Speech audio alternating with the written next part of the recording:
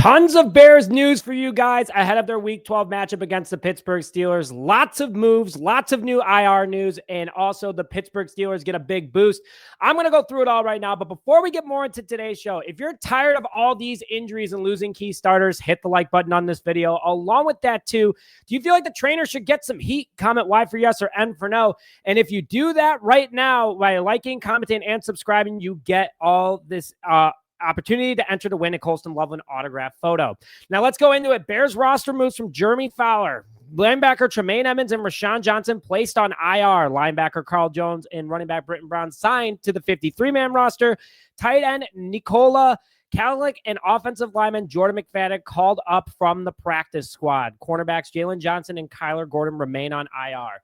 That's a lot to break down. Let's break it all down for you. Starting off with bad to worst on the injury front, especially for IR for the Chicago Bears, as they start off with Tremaine Edmunds, who hits IR ahead of the Pittsburgh Steelers week. We got the Steelers, the Eagles, and the Packers in the next 3 weeks, and that's a huge, huge lineup that we could have really used him. Clearly, this groin injury is more serious than we thought, and it all started this morning at 9:54 a.m. Central Time when Brad Biggs tweeted out, Bears media website shows that linebacker Tremaine Edmunds has been moved to the injured reserve. We'll see if that is announced by the club. One source this week said the groin injury Edmunds has was likely a multi-week injury. Stay tuned for this one.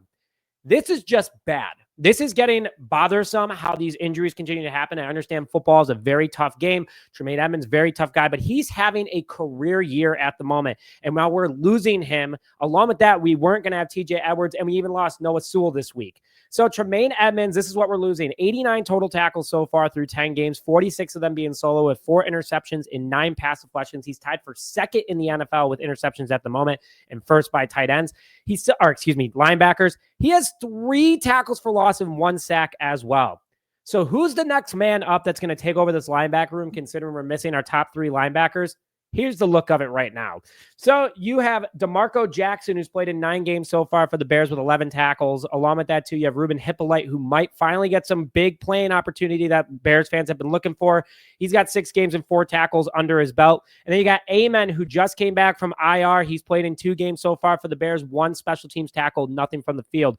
But it is time to shine for these guys. This is a huge opportunity for them to come out, have a big game, make a key impact. Hopefully, the Chicago Bears have them best prepared, but there's a few good things going here. Jackson played in Dennis Allen's scheme during his time in New Orleans. That makes him an instant plug-and-play type guy. He was a regarded player that Dennis Allen really enjoyed, so he comes to Chicago. And he came to Chicago earlier this year. He is now taking over.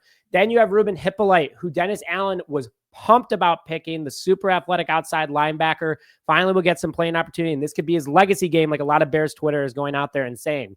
So then this is where it's not going to be a legacy game. It's going to be the same defensive back room that we have been dealing with Jaylon Johnson and Gordon. Both of them still ruled out this upcoming week. This came from Jeremy Fowler, and he said defensive backs, Gordon and Jaylon Johnson, both questionable for Sunday versus Pittsburgh, won't be activated this week per sources, but the team is hopeful that both can come off IR next week against Philadelphia if all goes well. So a big boost that week, which absolutely stinks. And then another one, too, is that Roschon Johnson is back on the IR. He's been on and off the injury report. Everyone thought that he played last week. Now he hits it again. So this just hurts a lot. This is a guy that's been trying to go out there, and when he is out there, he is impactful. But unfortunately, he hits IR again, so the Bears won't have him. And this is just my overall thoughts. We've dealt with this for both this. So in regards to Tremaine Edmunds, we haven't. This one's new. But the defensive back room, we barely had Gordon this year. We really haven't had Jaylon Johnson at all this year. So Nashawn Wright, Tyreek Stevenson, and CJ Gardner-Johnson taking over the way again for the Bears, which they've held their own. But this is going to be a big battle against Aaron Rodgers and those Steelers. He's still questionable at the time of this recording. But also on top of it, too, Dennis Allen now has 6 starters out this upcoming week. This guy has been under fire so far for just at least his rankings. And listen, best takeaway team in football. But all things considered, he's been under fire from stress because of all of his guys getting injured. 6 starters out. Tremaine Edmunds, Jaylon Johnson, Gordon, Dio, Noah Sewell. I mean, listen, that is just absolutely insane. He's also had to deal with Grady Jarrett so far this year too. And TJ Edwards. So there's your 6 right there. Absolutely insane what he's had to deal with. So We're going to go through all the roster moves that just happened for the Chicago Bears. But before we do, help me go full time. We're 85 away. And along with that, too, we're 85 away from our next goal of 39,600. And before I get into all the roster moves today, I would like to thank today's sponsor, Mint Mobile. Today's show is brought to you by Mint Mobile. Premium wireless service without the premium price tag. The coverage is amazing. Mint provides 5G coverage to 98% of Americans and 4G LTE coverage to 99% of Americans. All plans include unlimited talk and text on the nation's largest 5G network. And even more of a plus, Mint provides free calling to Mexico, the UK, and Canada. Mint introduced the concept of bulk buy-in to the wireless space. The more months you buy up front, the more you save. Plans come with 3, 6, or 12-month durations. And for a limited time this holiday season, you can get 50% off an unlimited premium wireless plan from Mint. Lock in Mint's lowest price of the year and just pay $15 a month for 3, 6, or 12-month plans. Worried about switching? It's super easy. You can sign up and activate within minutes using eSIM from the comfort of your home. And 96% of users rate themselves highly satisfied from Mint's customer care. Limited time offer, an upfront payment of $45 for 3 months, $90 for 6 months, or $180 for 12 months is required. Let's get into all those roster moves right now, as the Bears made 4 of them ahead of their matchup against the Pittsburgh Steelers. Starting off with number 1 is that they brought Carl Jones Jr. back onto the roster. He's been on and off being on the practice squad, but a linebacker and special teamers that the Bears need, especially with all these injuries that are happening right now. And he knows this defense, an instant guy that can come in and he'll be playing. So 6'1", 226 pounds. He is 25 years old, attending UCLA, and an undrafted rookie free agent. But so far this year in 2025 for the Bears, he has 10 total tackles, 2 of them being solo with no interceptions, no pass deflections, and nothing across the board. So mainly he's going to be on special teams, but a good depth piece for the Bears to bring in. And the linebacker room I talked about earlier, likely going to be the guys taking over this upcoming Sunday for the Chicago Bears. Now, Brittain Brown, a guy I've been very high on, and I've always wanted him to stay on this roster. It looks like he's going to be on it for a while as he signed to the 53-man roster. Good news overall here for the Chicago Bears, as he will be active this upcoming Sunday. And I'm excited about it because of the fact that this guy rocks. I mean, 6'1", 205 pounds, 28 years old, attended UCLA, and was a 250th overall pick in 2022 by the Las Vegas Raiders. Going more into it, he had 5 attempts against the Bengals in his 1 appearance with the Bears this year in the regular season, with 37 rushing yards, 7.4 yards per carry, with 1 rushing touchdowns and 2 first downs. I've said this before, and I'll say it again. I think him over Roschon Johnson is the better move. He's a bigger, faster running back than Johnson. He's better at hitting the gap, and along with that, too, he's reliable. He doesn't get injured. He's a very good player. He's good with the team.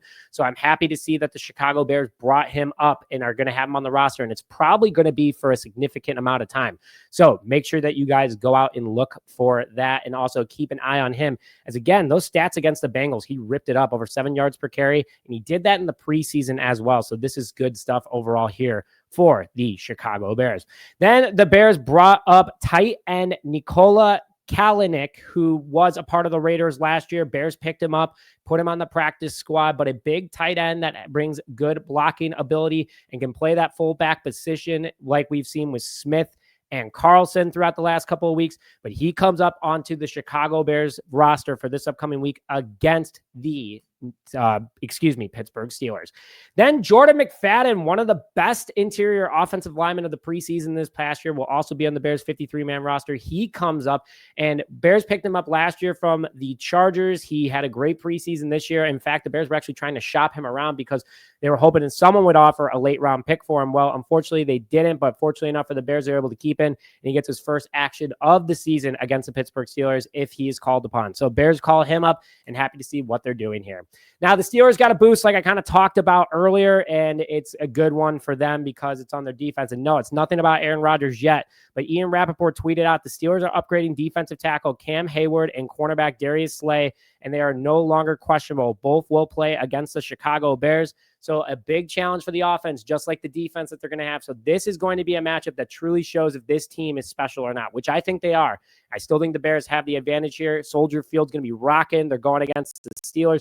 They have all the momentum behind them. Things are going in the right direction. So big overall news here for the Chicago Bears. But guys, with that, thank you as always for tuning into this episode of Just Another Year Chicago Bears. If you haven't already, if you please could, like this video, comment your thoughts, and subscribe to the channel. But with that, thank you as always for this episode of Just Another Year Chicago Bears. My name is Nick Brody, and as always, bear down, baby.